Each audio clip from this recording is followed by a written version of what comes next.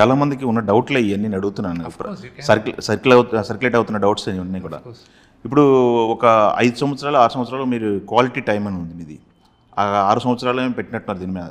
6 సంవత్సరాలేనా? 2015 నుంచి కథ రాసుకుంటూ ఉన్నాను. లాస్ట్ 3 ఇయర్స్గా ఈ సినిమా పైన 3 ఇయర్స్ 2022 నుంచి ఓకే ఈ పిక్చర్ పైనే ఉన్నా. ఓకే 3 ఇయర్స్ నుంచి. అది కాకుండా ఒక 200 కోట్లు ఫిగర్ అనేది బయటకు వినపడుతుంది.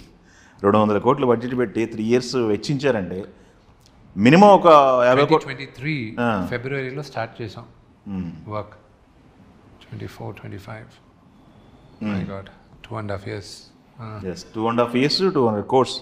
ఇంత టైము ఇన్ని డబ్బులు పెట్టి ఇంతగా వెచ్చించారే. దీనికి బదులు ఒక 50 కోట్లలో కమర్షియల్ సినిమాలు చేసుకుంటే 4 సినిమాలు వచ్చాయి అనే ఆలోచన మీకు రాలేదా? బడ్జెట్ ఒకసారి పక్కన పెడదాం. ప్రతిసారి ఒక అద్భుతమైన కథ చెప్పగలం అన్న నమ్మకం, ఇంత పెద్ద క్యాన్వాస్లో మనం చేయగలం అన్న నమ్మకం ప్రతిసారి రాదు. అది వాస్తవం.